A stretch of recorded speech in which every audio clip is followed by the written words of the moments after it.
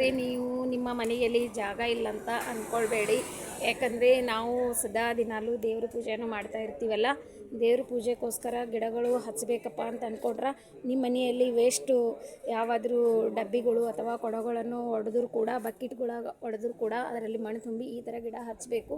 ನಾನು ಇದು ಒಂದು ಗಿಡ ಯಾವಾಗ ತಂದಿದ್ನಪ್ಪ ಅಂತಂದ್ರೆ, ನನಗೂ ಲಾರ್ವೆ ಸರ್ವೆ ಅಂತೇಳಿ RI ಸರ್ವೆ ಅಂತೇಳಿ ಗುಲ್ಬರ್ಗಕ್ಕೆ ಹಾಕಿದ್ರು ಡ್ಯೂಟಿ, ಮಾಣಿಕೇಶ್ವರ ನಗರಕ್ಕೆ.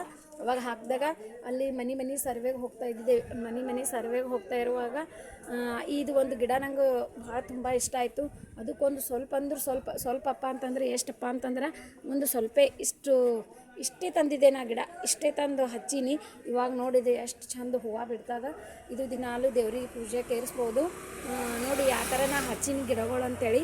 ನೀವು ಕೂಡ ನಿಮ್ಮ ಮನೆಯಲ್ಲಿ ಜಾಗ ಇದ್ದಿದ್ದಿಲ್ಲಪ್ಪ ಅಂದ್ರೂ ಈ ಥರ ನೀವು ಗಿಡಗಳು ನಿಮ್ಮ ಮನೆಯಲ್ಲಿ ಹಚ್ಬೋದು. ಕಾಣಿಸ್ತಾ ಇದೆಯಲ್ವ, ನಾ ಕೂಡ ಹಚ್ಚಿ ಸಕ್ಸಸ್ ಆಗೀನಿ.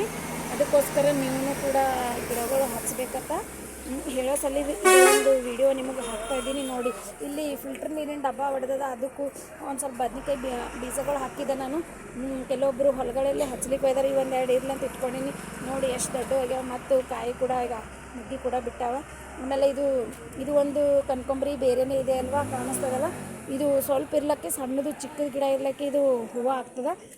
ಅಂದರೂ ಇದು ಏನು ಜಾಸ್ತಿ ದೊಡ್ಡದು ಎತ್ತರ ಆಗೋದಿಲ್ಲ. ಆದರೆ ಇದು ಒಂದು ಕನಕಾಂಬರಿ ಕೂಡ ಚೇಂಜ್ ಇದೆ ನೋಡಿ, ಕಾಣಿಸ್ತದಿಲ್ಲ. ಇದರ ಎಲೆ ಕೂಡ ಬೇರೆಯೇ ಇದೆ. ಅದಕ್ಕೋಸ್ಕರ ನೀವು ನಿಮ್ಮ ಮನೆಯಲ್ಲಿ ಈ ಥರ ಹಚ್ಬೋದು.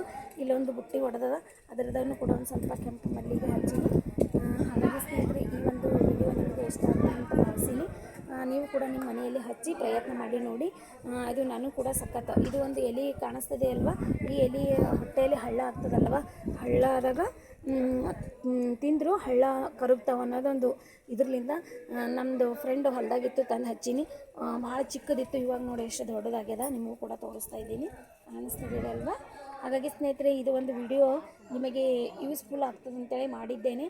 ಹಾಗೆ ನನ್ನ ಚಾನಲಿಗೆ ನೀವು ಸಪೋರ್ಟ್ ಮಾಡಿ, ಸಹಕಾರ ಕೊಡಿ ಅಂತ ಹೇಳಿ ಈ ಒಂದು ಮಾಹಿತಿಯನ್ನು ಇಲ್ಲಿಗೆ ಮುಗಿಸ್ತಾ ಇದ್ದೇನೆ. ಅಲ್ಲಿವರೆಗೂ ತುಂಬ ಧನ್ಯವಾದಗಳು. ಹಾಗೆ ಮತ್ತೆ ನಾಳೆ ಮುಂದಿನ ವಿಡಿಯೋದಲ್ಲಿ ನಿಮ್ಮನ್ನು ಭೇಟಿ ಮಾಡೋಣ. ಎಲ್ಲರಿಗೂ ನಮಸ್ಕಾರ.